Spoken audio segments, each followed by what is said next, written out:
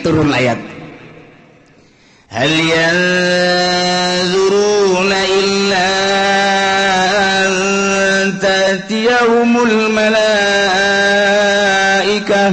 aw yatiya rabbuk aw yatiya ba'du ayati rabbik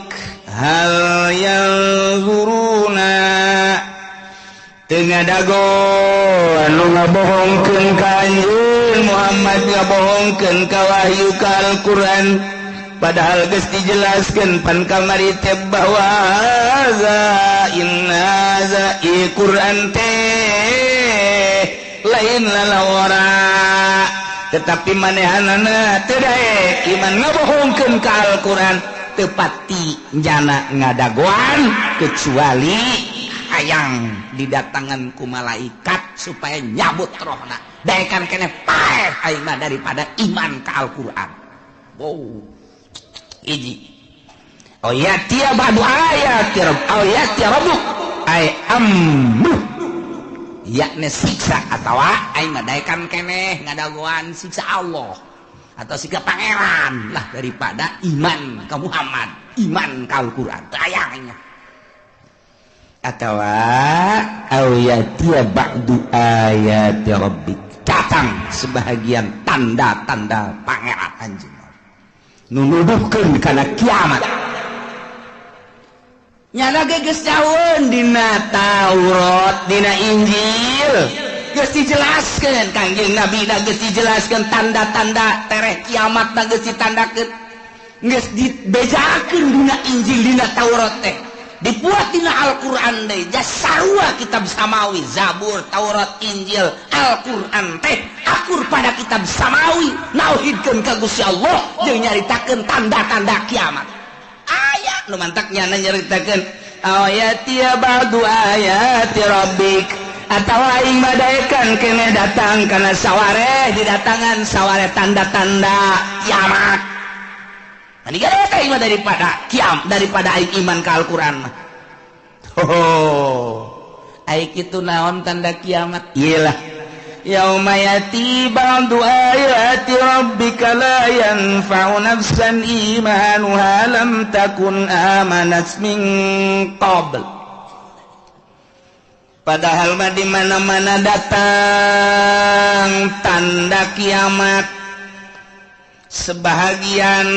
ayat-ayat pangeran anu nuduhkeun kana yen kiamat bakal terjadi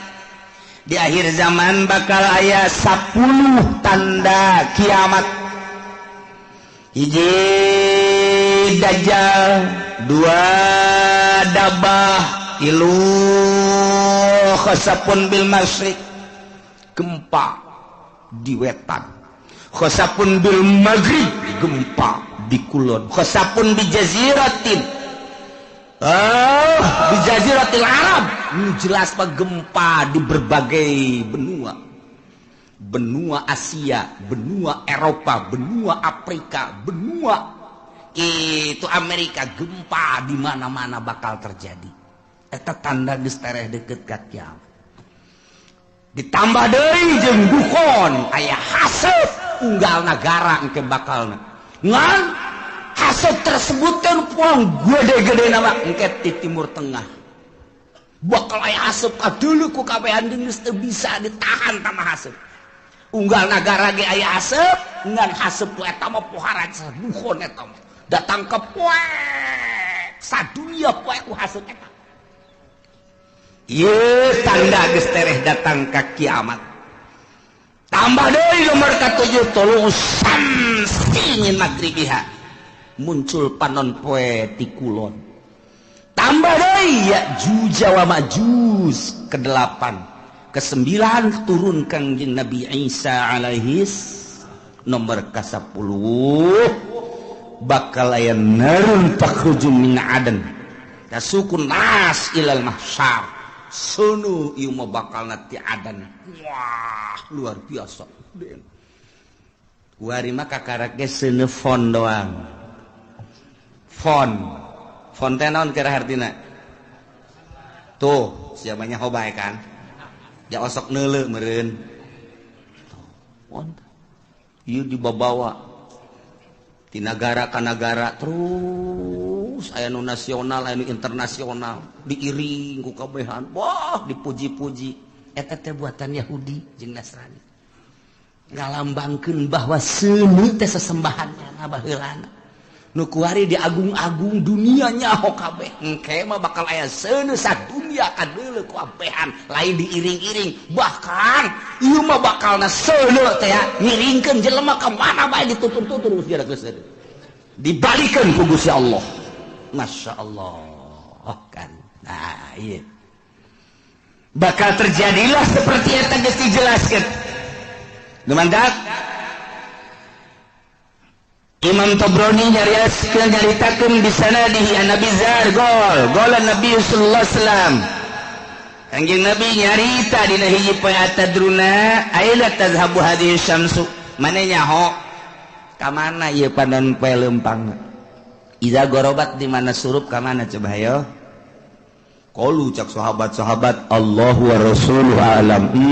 Gusti Allah sareng Rasul anu maha uning cek Kangjeng Nabi inna tadhabu illa mustaqar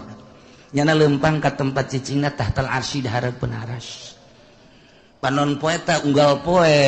asal surup di handapeun aras tidinya manehanana fatakhir ngejungkel sujud ka Gusti Allah unggal poe ta panon poe teh kos kitu bae ta unggal poe takhirus sajidah fala tazalu kadzalik lamun ku Allah encan dititair tapi urang parje balik deui dina hiji eta manehna sujud bersyukur ka Gusti Allah cak Allah kudang panon balik deui ka wetan sakumaha biasa unggal poe asal datang ka handapeun aras sujud cak Allah hudang aya balik deui kitu beta masyaallah teu eureun datang ka kuari masih keneh kitu bae bakal terjadilah engke eta panon poe teh ku Gusti Allah lain titah kana tempat biasan fa iza aradallahu ayutli'aha min magribiha abisaha ketika Allah nitah ka panon poe titah muncul di kulon diantepkeun heula panon poe teh henteu titah hudang ku Gusti Allah teh diantep bae datang ka kebel panon poe kok teu titah tanggah-tanggah ai kok teu dititah hudang ai cek Gusti Allah kok diantep kieu datang ka nanya panon poe teh ka Gusti Allah ya Rabbi heh pangeran abdi inna masiri ba'id lalakon abdi teh jauh ieu kok diantep kieu kumaha cek Gusti Allah itla'i min haitsu gorobat kuari mah maneh muncul di tempat nu maneh surup muncullah ti kulon kakarak jelema kaget kabeh weh ja bener horeng nu dicarita-caritakeun ku kiai-kiai teh bahwa panon poe teh muncul ti kulon weh bener kuari tu deuleu kaget kabehan eta memehna teh poek 3 peuting memeh muncul ti kulon panon poe disekep ku Gusti Allah ditahan 3 peuting kanyahoanana ku ahli tahajud nu tahajud Allahu Akbar nu biasa 10 rakaat jam sekian tambah deui ke diakhiri ku witir nya namun maca Quran maca sholawat biasana jam 3:30 terus subuh ramang ieu mah jemaat terus bae tapi begitu mata salat subuh poek keneh bae poek keneh kok poek bae terus jam geus menunjukkan jam 12 terus poek keneh bae ahli tahajud geus carang hari tangan aya keneh cik ahli tahajud ieu mah aing kudu ulah eureun-eureun terus ibadah ka Gusti Allah lantaran ieu mah poek lain sambangan salat dengan Allahu Akbar Allahu Akbar geus 2 poe 2 peuting yakin ieu muncul panon poe di kulon Allahu Akbar terus bae nama salat Allahu Akbar teu bisa ditanya ku sieun-sieunna bener baik ka 3 poe kakarak teret di kulon nyana ngadoa fakbidni ya Allah abdi mah paehan bae Gusti ret dipaehan ahli Allah mah kabeh geus tah mah disimpen ku Gusti Allah nah ieu salah sahiji tanda kiamat adalah muncul panon poe di kulon Allah karim anu sebenarnya malah lamun diruntuikeun mah mimiti dajjal heula kuari diunggal negara ribut moal eureun-eureun Irak terus-terusan Yaman bakal Iran kitu keneh jadi ancaman Yahudi kemudian atuh kitu Suriah geus teu eureun-eureun Turki kitu keneh diurang ge kuari bintik-bintik geus aya lain lalagaan lantaran ieu henteu berkesinambungan rakyat jeung pejabat sebab geus nyahoan bahwa negara urang dikendalikeun ku Amerika rakyat anu paham mah ieu teh naonan kieu yeunlah berbagai organisasi baik organisasi Islam maupun organisasi non-Muslim dan lain sebagainya untuk membenahi negara tapi tetap bae negara teh lain embungeun dikendalikeun ku Yahudi pan bintik-bintik peperangan kajian kumaha ge jelema anu geus mantep dina Islamna dianggap teroris diperangan bakal kajian kumaha ge pokoknya jala biang terorisna terus teureun organisasi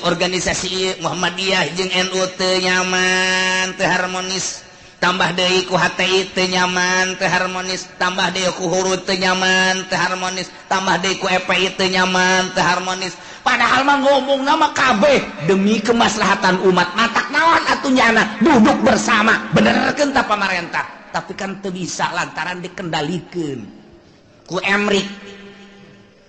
mah bisa geus kajian kumaha ge ieu mah geus lalakon kos kieu baja kuari ge presidenna teh geus nyaho aya teh dipilih kualitas pemilihan geus aya si eta kok bisa kos itu bae pengendalian mah nah engke kan mulai tah riweuh organisasi jeung organisasi tos mulai ayeuna ka parlemen terus iya ribut lah pasti bae ribut engke nyabelah rakyat jeung pemerintah sebab pemerintah dikendalikan ku Yahudi tidak berdiri sendiri rakyat embung dikendalikan ku Yahudi atau ku Amerika timbullah engke bakalna tentara bagi dua polisi bagi dua ribut pasti di negara Irak model kos kitu Iran model kos kitu Suriah model kos kitu nu kuari eukeur bae Mesir Suriah seperti gitulah ieu wayang Amerikana teh disetujuan ieu teh ku rakyat teh hayang nyieun sorangan nu mandiri kemudian geus aya di dieu boga lalakon ieu Amerika nyieun jelema ribut lah rakyat bagi dua polisi bagi dua abri bagi dua Mesir model kos kitu Suriah model kos kitu ya kuari pemilihan di Irak teh lantaran ieu teh buatan Amerika rakyat embung bom sing jelebur Suriah kitu kene ieu kami mah hayang ieu isulah ke urang kieulah sementara isu nu datang ka urang informasina geus teu murni sulit lantaran Gus Dur geus eueuh nu sok mere informasi murni kuari dikendalikeun ku batur hanya 25% nu datang ka urang informasi teu baber hese nyarita urang ribut nyahona urang mah silih tembak di Suriah silih tembak di Irak engke bakal ke Indonesia seperti itu moal henteu ieu mah bakal jasa buakal jasa ngatak nu kolot mah geus bae eta mah untung jasa untung kunaon cenah kiai moal perang nya ka buru paeh heula untung can bogo untung bakal henteu bisa henteu bakal kajian kumaha jasa sebab naon sebab kabehan ge di luhur teh geus teu bisa dibenerkeun baheula teh nyieun negara demokrasi di negara urang masalah geus padahal mah kiai nu nyieunna kan 90% muslim eta mangan 1% teh eta mah Kristen di urang teh bilung ekor hasil perjuangan anak masalah geus demokrasi tetapi untuk keputusan hukum dijieun lah mui atuh ku ari muin age pandeg dirantai kumaha eta teh jang naon jang supaya hukum-hukum Islam teh ngeunaheun disteril ku mui geus ditosran lah ku mui urang damai hirup teh ketika aya hukum-hukum Islam geus aya perwakilan urang melalui bahsul masail angsongkeun ka mui jadilah engke keputusan mui kan ngeunah ku ari muina dikendalikeun ku si itu ya kumaha atuh mantap geus pi perangan teh lain di Suriah, lain di Mesir, lain di Irak, lain di Iran, lain di Yaman, lain di Turki, lain di kitu berbagai negara-negara Islam nu keur diobok-obok di Indonesia kitu keneh. Atuh engke lamun geus kabeh mah atuh kabeh ka Eropa, ka Amerika, ka Australia ya perang.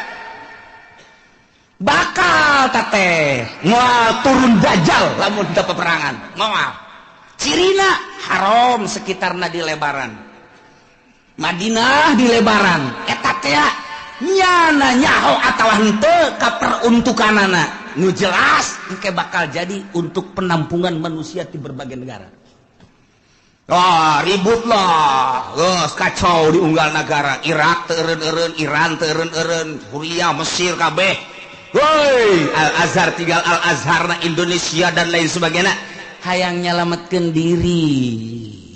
kamarkah kaditu didesak pemerintah Arab engke supaya membuka lebar-lebar bagi lu urban di berbagai negara sebab geus kacau lah luar biasa hese